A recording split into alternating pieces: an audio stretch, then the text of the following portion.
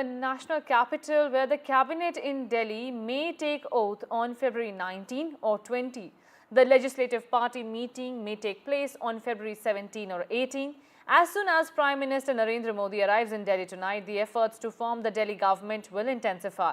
We have seen in the previous few days how meetings have taken place with JP Nadda, along with the BJP MLAs, but now all eyes on Prime Minister's return. PM Modi will hold a meeting with Home Minister Amit Shah, JP Nadda and other top BJP leaders. The decision on the Chief Minister of Delhi will be made after the PM returns. And my colleague Anushka is joining me for more on this. Anushka, take us through the details of what more do we know about the decision making and who are the likely contenders who can get this CM throne?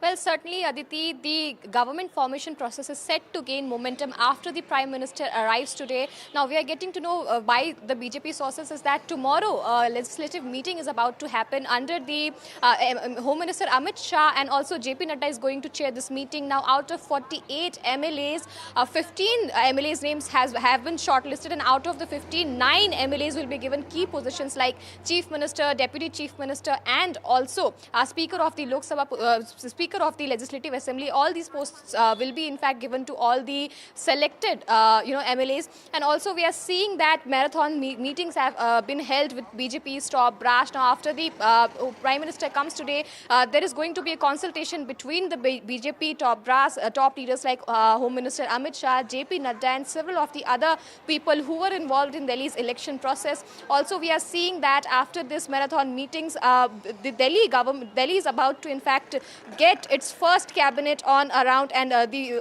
oath ceremony is likely to be held on 19th or 20th of February.